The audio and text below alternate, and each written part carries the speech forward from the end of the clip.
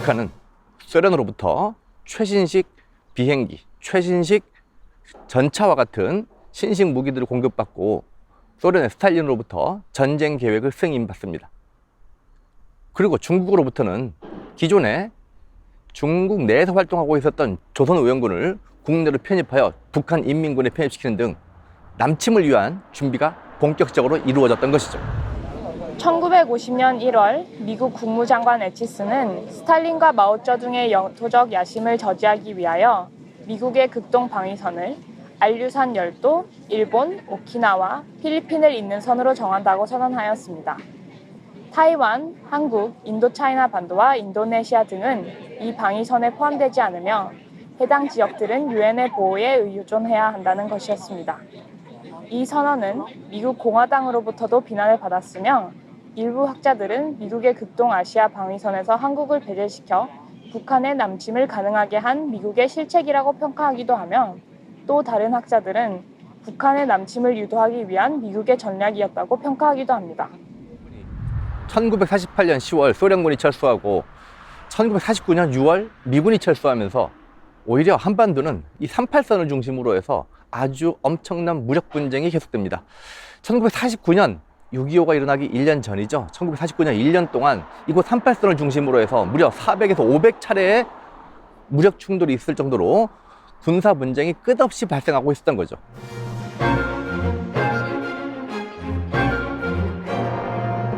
대대적인 전쟁 준비를 하고 있었던 북한은 마침내 1950년 6월 25일 새벽 바로 이곳 38선을 넘어 남쪽으로 전면적인 남침을 가해오기 시작합니다.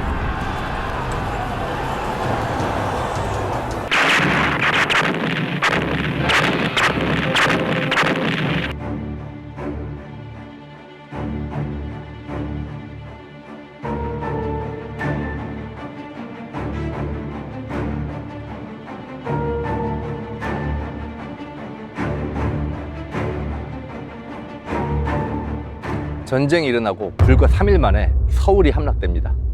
그리고 한 달 만에 남한의 대부분의 국토가 다 북한 인민군의 손아귀에 넘어가고 낙동강을 중심으로 한 경남, 경북의 일부 지역만 남게 되죠.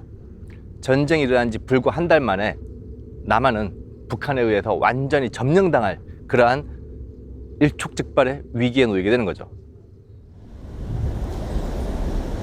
전쟁 발발 소식을 접한 미국은 6월 25일 유엔 안전보장회사회를 긴급 소집하여 북한의 무력 공격은 평화를 파괴하는 침략 행위라고 선언하고 북한은 그 전투 행위를 즉시 중지하고 그 군대를 38선으로 철군시킬 것을 요청하는 결의를 채택하였습니다.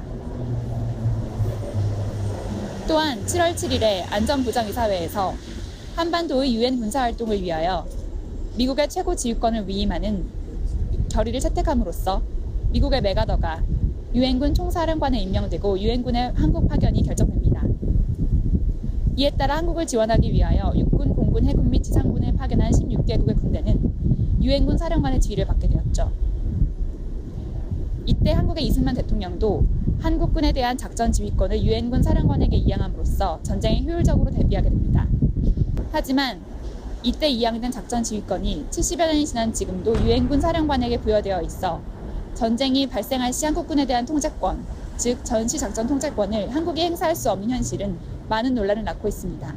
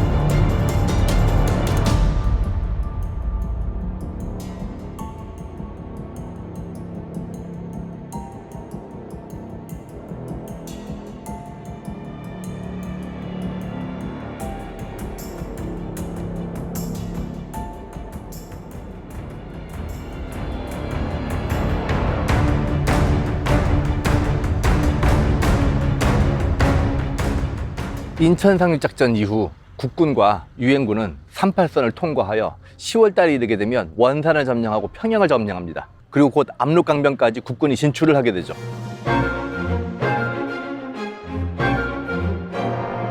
이러던 차에 1950년 10월 말이 되면 중국군의 참전 소식이 들려옵니다. 대대적인 참전이었죠. 국군이 압록강과 두만강 인근까지 진격하자 중국은 유엔군의 만주 진격을 크게 우려하기 시작합니다. 한편 유엔군으로서도 중국군의 참전은 매우 부담스러운 일이었기 때문에 유엔군은 북으로 진격을 하면서도 중국 국경지대에 대한 포격은 최대한 삼가면서 중국을 자극하지 않으려고 노력합니다. 하지만 1950년 10월 말 청천강 인근에서 한국군 육사단이 중국군으로 추정되는 군대의 포위 사격을 받은 것을 필두로 하여 중국군의 참전은 사실상 확인되었습니다.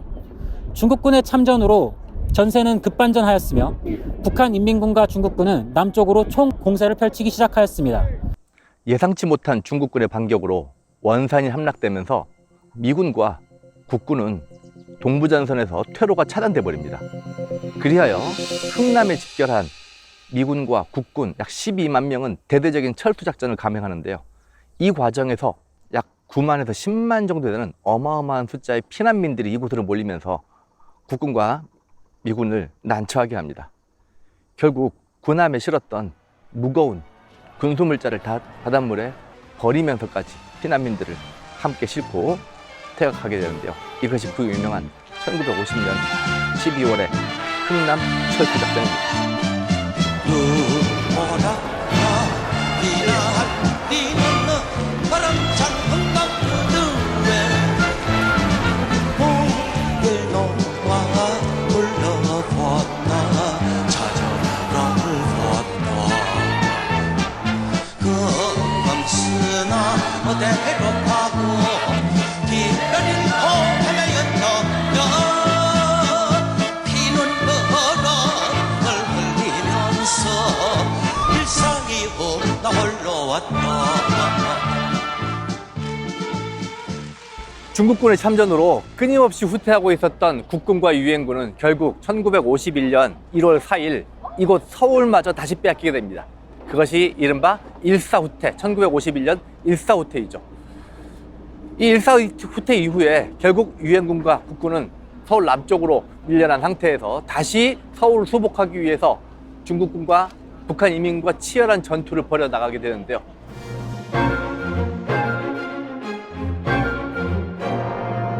(1951년 4월) 중국군이 무려 70만 명에 달하는 병력을 전장에 투입함으로써 미군 측의 역공세도 다시 또 개시됩니다. 전장이 보다 더 격렬해지는 거죠. 하지만 전쟁이 그렇게 확전 상황으로 확대되지는 않습니다. 중국군의 개입 가능성을 고려하면서 1950년 11월 미국 대통령 트루먼은 원자폭탄 사용 가능성을 강하게 시사하지만 영국의 강력한 반대 속에서 한국전쟁에 대한 트루먼의 태도가 약화되기 시작합니다. 그러나 중국군의 개입으로 전쟁이 장기화되자 유엔군 총사령관 메가더는 미국의 해군과 공군으로 중국 해안을 봉쇄하고 만주에 대한 폭격과 대만 장제스의 국민당 군대를 한국전에 투입하자고 주장하였습니다. 이러한 주장은 당시 휴전을 모색하던 미국 정부의 입장을 난처하게도 만드는데요. 전쟁 확대를 경계하던 대통령 트루먼과 군사적 승리를 추구하는 메가더의 정략은 충돌할 수밖에 없었습니다. 결국 중국에 대한 모든 군사수단을 찾기 위해 최선을 다하겠다는 메가더의 성명 발표는 양측의 대립을 격화시켰고 1951년 4월 트루먼은 메가더를 해임하기에 이릅니다. 메가더의 해임 이후 미국은 기본적으로 제한전쟁을 목표로 했기 때문에 1951년 여름을 거치면서 한국전쟁은 교착 상태로 빠져들기 시작합니다. 교착 상태란 북쪽에서 더 밀고 내려오지도 못하고 남쪽에서도 위로 밀고 올라가지도 못하는, 그래서 오늘날 휴전선 인근을 오르락내리락 하는 상황이 51년, 52년 그리고 53년에 정전협정이 체결될 때까지 아주 오랫동안 교착 상태가 지속되었던 거죠. 전쟁이 지지부진해지면서 양측은 본격적인 정전협상에 나서게 되는데요. 이 정전협상이 체결되는 그 순간 조금이라도 더 많은 영역을 확보하기 위해서 오늘날 DMZ를 중심으로 한 이 철원, 연천 등등등의 지역에 대대적인 고지 전투들이 벌어집니다. 그 고지를 차지함으로써 조금이라도 전쟁이 끝났을 때 우리의 영역을 더 확보할 수 있는 거죠. 그러한 고지전의 가장 대표적인 사례로 항상 언급되는 것이 바로 이곳에서 벌어졌던 백마고지 전투였습니다. 1952년 이곳에서 벌어졌던 국군과 중국군 사이의 백마고지 전투는 약 10일 동안 12차례에 걸친 아주 처절한 전투가 벌어졌으며 무려 7번이나 주인이 바뀌는, 그리고 그 과정에서 중국군 만여 명과 국군 3,500명이 전사하는 치열한 전투였던 것이죠. 한 정상부는 반복됐던 폭격에 의해서 원래의 모습을 알아볼 수 없을 정도로 처참하게 초토화되었고요. 혹자는 지속적인 폭격에 의해서 이곳 백마고지의 해발 고도 자체가 1m 이상 낮아졌다라고 하는 주장이 있을 정도로 이곳 백마고지 전투는 6.25 전쟁 중에 벌어졌던 여러 전투들 중에 가장 치열했던 곳이기도 합니다. 이때 백마고지를 우리 국군이 차지함으로써 저 역시 지금 이 자리에 서 있을 수 있게 된 거죠. 저 뒤로 보이는 백마고지 기념탑, 그 너머에는 철책선이 있고 철책선 너머에 북녘땅이 있습니다. 남북 간에 총을 서로 겨누고 있으며 서로 대치하고 있는 비무장지대가 이곳에서 멀지 않은 바로 이 언덕 너머에 있다는 사실은 대한민국이 분단국가이다라고 하는 것을 뼈저리게 경험해 줄 수 있는 그런 장소로 하겠습니다.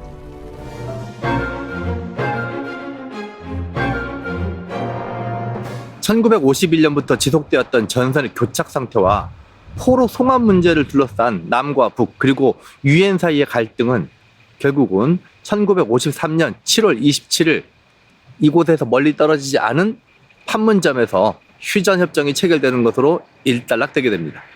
여기에는 유엔군, 북한, 중국 등이 참가하여 비무장지대의 설정, 군사정전위원회, 그리고 중립국 감독위원회의 설치 등을 골자로 하는 내용이 포함되어 있습니다. 휴전협정이 체결되는 날을 기준으로 하여 군사분계선이 확정되었으며 이것은 기존의 38선을 대치하고 새로운 남북의 분단을 구분짓는 선으로 지금까지 유지되어 오고 있습니다. 2018년은 남과 북이 각각 단독 정부를 수립한 지 70년이 되는 해죠. 이른바 분단 70년 해입니다. 이 분단 70년을 맞이하여 국제정세가 요동치고 있죠. 특히 남북, 미 사이의 국제관계가 매우 엄청나게 크게 변화하고 있죠. 요새 자주 등장하는 화두인 종전선언 그리고 평화협정 같은 것들이 언젠가 실현될 날이 오겠죠. 53년에 정전협정이 체결됐기 때문에 70년 뒤면 2013년이 됩니다. 자, 2013년이 되면 적어도 그때까지는 이 땅 한반도에 전쟁이 완전히 사라지고 평화가 제대로 자리 잡는 그런 날이 오겠죠? 올 거라고 생각합니다.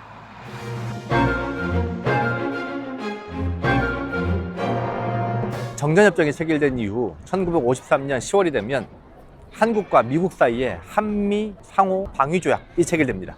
이 한미 상호 방위조약은 한국 정부가 수립된 이후 외국과 체결한 최초의 방위조약이며 유일한 방위조약입니다.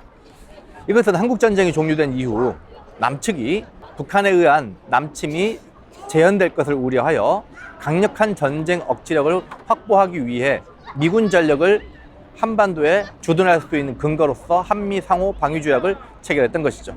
이 조약을 근거로 해서 미군의 육군, 해군, 공군 등은 한국 내에 주둔하고 본격적인 군사활동들을 펼칠 수 있는 중요한 법적 근거가 되었으며 이후 여러 차례에 걸친 동아시아의 군사적인 분쟁에 있어서 전쟁 억지력의 가장 중요한 수단으로서 미군이 한반도 내에 주둔하는 중요한 근거를 갖게 되는 것입니다.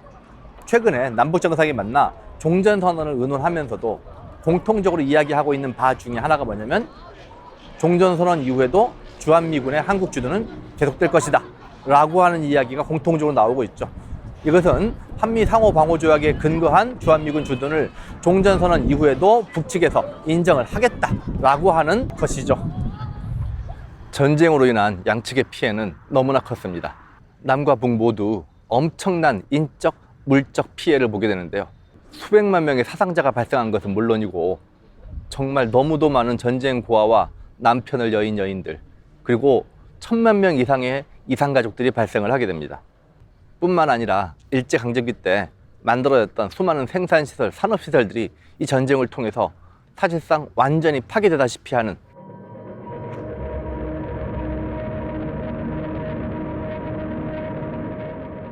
전쟁 후에 남과 북은 경제를 회복시키기 위한 엄청난 노력을 기울여야 했던 것이죠. 한편 전쟁 중에 남과 북이 점령 정책을 펼치는 과정에서 북한이 남측 지역을 점령하고 남한이 북측 지역을 점령한 그 상태에서 이데올로기에 의한 잔인한 민간인 학살이 너무나도 많이 진행됩니다. 이때 끔찍했던 기억들이 지금의 노년세대로 하여금 북한이라고 하는 두 글자만 나오면 매우 감정적이며 매우 신경질적인 반응을 이끌어내는 중요한 이유가 되기도 하는 거죠. 당시 전쟁으로 인했던 수많은 죽음들과 그 피해와 고통들을 직접적으로 혹은 간접적으로 경험했던 사람들이 아니라면 쉽게 잊자고 이야기할 수 없는 끔찍했던 전쟁의 기억이라 하겠습니다.